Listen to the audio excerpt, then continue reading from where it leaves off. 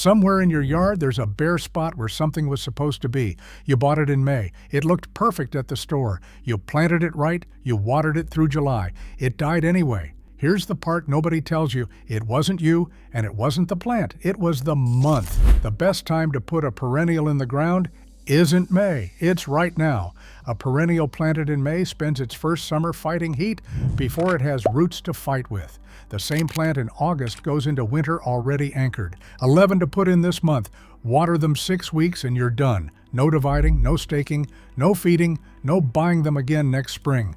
Number 5 is the one for the corner where water sits after a storm. Number 1 is still flowering when everything else has quit. Number 11, Bergenia. I'll be straight with you. Nobody has ever walked into a nursery and gotten excited about a Bergenia. It's a low clump of thick, leathery, cabbage-looking leaves. In April, it throws up stems of rosy pink flowers, and that's pleasant. And that's not why it's on this list. It's here for January. Those leathery leaves stay on the plant through winter, and in cold weather they turn bronze, deep red, burgundy, depending on the variety. Winterglow is the one bred specifically for that color. So while every other bed on your street is bare mulch and sticks from December through March, you've got something down there with actual color in it. Zones 4 through 8, part shade to shade. It'll take the dry ground under a tree, it'll take clay, and deer walk past it because the leaves are too tough to be worth eating. Now the watering, and this goes for all 11 of these, so I'll say it once here. A perennial planted in August wants a deep soak twice a week for 6 weeks, not a daily sprinkle. That trains the roots to sit at the surface. Hose at the base, turn down low until the water has gone 6 or 8 inches down. Then leave it. After 6 weeks, stop entirely and let it fend for itself. One thing before number 10. For anyone who wants all of this in one place, everything I do in my own yard, and the parts I haven't gotten to on this channel yet, I put it together in a book at henrysgardensecrets.com. It's called the Low Maintenance Garden Blueprint. I won't bring it up again. If you want it, it's there. Now, number 10, Epimedium. Also sold as Leadwort, and this is the plant for the spot in your yard you've already given up on. Every American property has one, the dry ground under a big tree, where the roots have taken all the water and the canopy has taken all the light. You've probably tried to plant that spot. Whatever you put there sulked for a season and died. Epimedium is what actually lives there. Heart-shaped leaves on wiry stems, bronze red when they emerge in spring, deep green through summer, red and purple in fall, and semi-evergreen through most winters.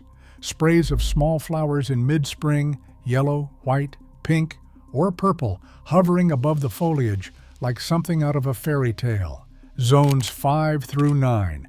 Deer won't touch it. Once it's established, it handles dry shade better than anything else you can buy. Give it 2 or 3 inches of mulch once it's in, and keep a hand's width of bare soil around the middle of the plant. Mulch piled against the crown rots it. Mulch spread around it stops the ground freezing and thawing all winter and shoving a young plant right up out of the soil, which is how most first winter losses actually happen.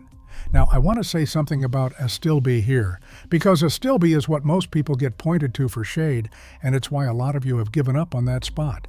Astilbe is a beautiful plant that needs constant moisture. Constant. It does not become drought tolerant with age. A 5-year-old Astilbe needs exactly as much water as a first-year one, and in dry shade under a tree, it browns off within days of the soil drying. If you've killed Astilbe under a tree, that wasn't your fault. It was the wrong plant. This is the right one. Number 9, Calamint, named Perennial Plant of the Year in 2021, and it's still the one almost nobody at the garden center will point you toward.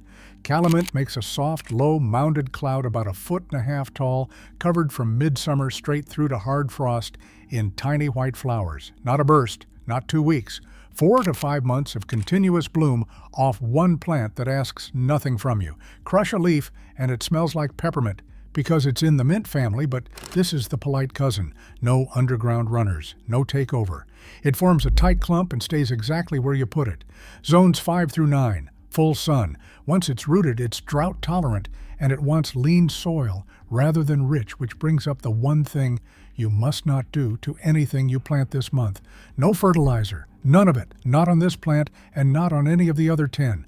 Nitrogen in August forces soft green growth that won't harden off before the first frost, and soft tissue is exactly what freezes and takes damage. A perennial planted now has one job this fall, and it's happening underground. Compost in spring if you like. Nothing at all right now. Here's the part that surprises people. Watch it on a warm afternoon in September. Bumblebees, small native bees, half a dozen kinds of butterflies, sometimes hummingbirds, all working one plant at once, because by then, almost nothing else is producing nectar, and this thing is still going. Plant it along the front edge of a bed where it can spill forward. Cut it back to a few inches in early spring, and that is genuinely the whole job for the year. 4 months of flower for one cut. Number 8, sea holly. Nothing else in an American garden looks like this. Steel blue, almost metallic cones surrounded by a spiky silver collar held on branching blue stems 2 to 3 feet up. From 10 feet away, people think it's a sculpture. Zones 4 through 9, full sun. And it is the most literal plant once thing on this entire list for a specific reason. Sea holly puts down a deep woody taproot in its first season, and after that it cannot be moved. Not with care, not with a big root ball, not in the perfect month. Dig up an established sea holly and you kill it. Every extension service that writes about this plant says the same thing. So this one, you site properly the first time. Full sun, soil that drains hard and fast. It came off dry rocky ground, and it wants dry rocky ground. Rich, damp, well-fed soil makes it flop over and rot. And then the payoff for getting it right. No watering, no feeding, no dividing, no staking, no deadheading. Ever. Deer and rabbits leave it completely alone because the whole plant is spines. The dried flower heads stand up all winter and hold snow beautifully. Buy small plants, not big ones. A young sea holly transplants easily. A big one in a gallon pot is already fighting you. And whatever you're buying this month off any rack, pull it out of the pot before it goes in the ground and look at the roots. If they're circling the outside in a tight mat, tear them apart with your fingers. Reap it. It feels violent, and it's exactly right. Roots left circling keep circling, and the plant dies of thirst inside wet soil. Before number 7, I want something from you. Put your state in the comments. The state, not just the zone. And if there's one spot in your yard that's beaten you, name it. And since you're telling me your zone anyway, here's your deadline. Everything on this list wants 6 to 8 weeks of root growth before your first hard freeze. Zones 3 to 5, that's the next 2 weeks. Zones 6 and 7, you've got through mid-September. Zones 8 and 9, you're comfortable into October. Number 7, little bluestem. This is the one that makes the rest of the bed look designed. Little bluestem is a native prairie grass that grew across most of this country before anybody built a garden here. It makes a narrow, upright clump about 3 feet tall, blue-green through summer. Then in September it turns, and it keeps turning. Bronze, then copper, then a deep orange-red that holds all the way into winter and doesn't go dull. Ask for the variety called Standing Ovation. The straight species has a habit of splaying open in wind and rain. Standing Ovation was selected for stiff, upright stems that stay standing. Zones 3 through 9. Full sun, and here's the thing, it wants poor soil. Rich ground and regular water make it floppy. On a dry, sunny bank where nothing else is happy, it's perfect. Leave it standing all winter. The seed heads catch frost and low afternoon light, and juncos and sparrows work them through January. Cut it back to a few inches in March, right before new growth starts, and leave everything else standing too, this first winter. Whatever you plant this month, don't cut any of it back in the fall. The top growth is what protects the crown through the coldest weeks. Clean the whole bed up in spring instead. Plant 3 little blue stems in a loose group rather than one on its own, spaced about 2 feet apart. 1 looks like an accident. 3 looks deliberate. That's the whole trick with grasses, and it's the difference between a bed that looks planted and a bed that looks arranged. Number 6, Leadwort, also sold as hardy plumbago, and it does 2 things at once that almost no perennial manages. From July right through to frost, it produces flowers in a blue you rarely see in a garden, a true deep cobalt, not lavender, not purplish. And then in fall, while it's still flowering, the foliage turns bronze red underneath the blue. Red leaves and blue flowers on the same plant at the same time. It stops people. It's low, about a foot, and it spreads outward to make a loose ground cover. Zones 5 through 9, sun to part shade, and it handles dry ground under trees better than most ground covers. Now yes, it spreads. I'd rather tell you the number than have you find out. It travels by underground stems, and a 1-gallon plant will cover about 3 feet across in 5 years. That's steady, not alarming, and it pulls up easily where you don't want it. Keeping the water off it slows it right down. One quirk to know before you panic next April. Leadwort is late, really late. It doesn't show a leaf until the soil is properly warm, often not until May, sometimes later. Every spring somebody digs theirs up thinking it's dead. Mark it with a stake this fall so you don't. Then it runs until frost, which is more than most things manage. Number 5, Turtlehead. This is the answer to the wet corner. Almost every property has one. The low spot at the bottom of the yard, the strip where the downspout empties, the patch that's still soggy 3 days after rain. Most perennials rot in ground like that. This one was built for it. Turtlehead is a native of the eastern half of the country, and it grows naturally in wet meadows and along stream banks. Upright stems 2 to 3 feet tall, glossy dark green leaves that stay clean all season. And then in September, exactly when the rest of the bed is finishing, it opens rose-pink flowers shaped genuinely like a turtle's head with its mouth slightly open. Zones 3 through 8. Part shade to full sun as long as the ground stays damp. 2 things make it worth the space beyond the flowers. Deer leave it alone. And it's the host plant for the Baltimore checker spot butterfly, which is a species in real trouble across its range. If you plant Turtlehead and one shows up, that's not a coincidence. The one thing it won't tolerate is drying out. That's the trade. It solves a problem no other plant on this list can touch, but you have to put it in the wet spot, not the dry one.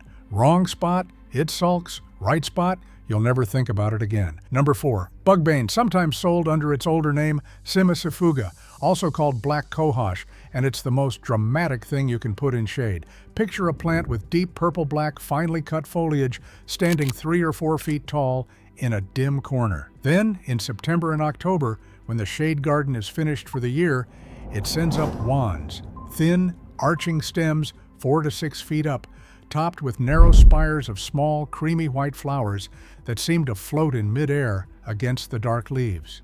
And they're fragrant, properly fragrant, the kind you notice from across the yard on a still evening. Zones 4 through 8. Part shade, full sun, scorches it. Deep shade makes it lean and thin. It wants soil with some organic matter and steady moisture, though it's far more forgiving than Astilbe. Ask for brunette or hillside black beauty. Those are the dark-leaved ones, and the dark foliage is half the point. A green-leaved Bugbane is a fine plant, but the black-purple varieties are what stop people mid-conversation. Deer walk past it. One honest note, it's slow to settle.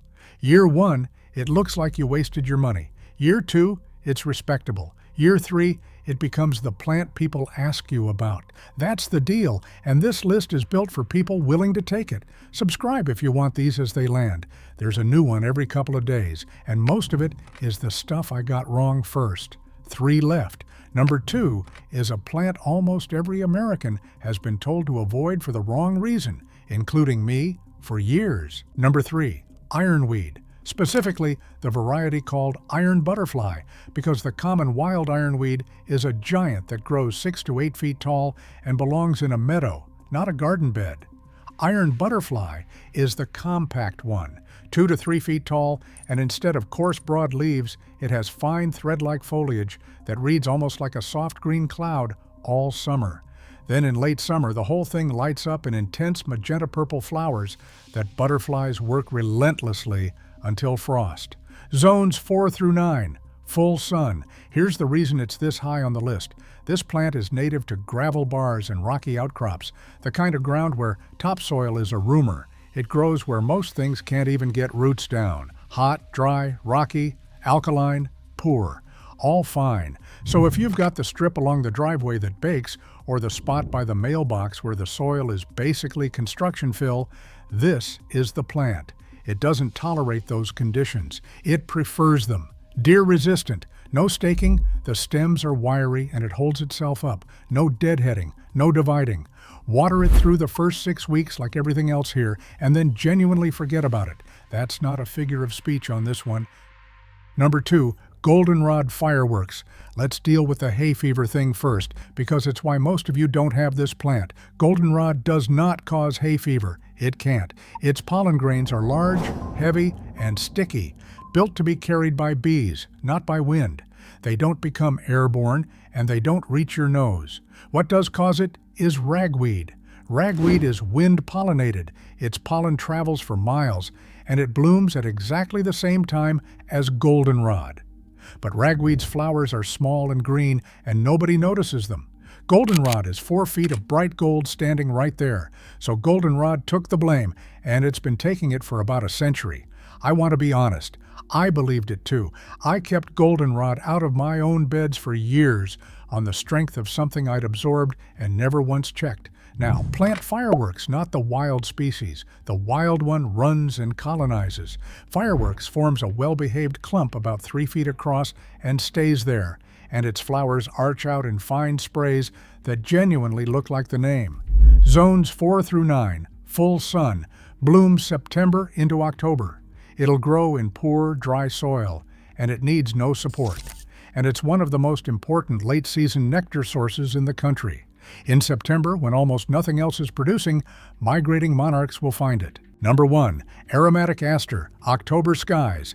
Every fall list in America says plant purple dome. Here's what they don't tell you. Purple dome is a New England aster, and New England asters get powdery mildew, go leggy, and end the season with brown lower leaves on bare stalks. Trial gardens have documented it for years. October skies is a different species, Aromatic Aster. In the same trials, it came out the best overall performer in the group, with clean foliage, no mildew, and flowers that keep blooming into October and past the first light frosts, sometimes into November. 2 feet tall, mounded, covered in small lavender blue daisies. Zones 3 through 8, full sun, poor dry soil, no staking, no dividing. Same shelf, a couple of dollars apart. One of them is still going when the other has quit. 11 perennials, 1 planting. Bergenia, Epimedium, Calamint, sea holly, little bluestem, leadwort, turtlehead, bugbane, ironweed, goldenrod fireworks, and the aromatic aster that's still flowering in November. August isn't the end of the season. It's the best window you get all year. And nobody says so because the garden centers would rather sell you mums. Get them in this month. Deep soak twice a week for 6 weeks, then leave them alone. Which one are you starting with? The dry shade, the wet corner, or the hot strip?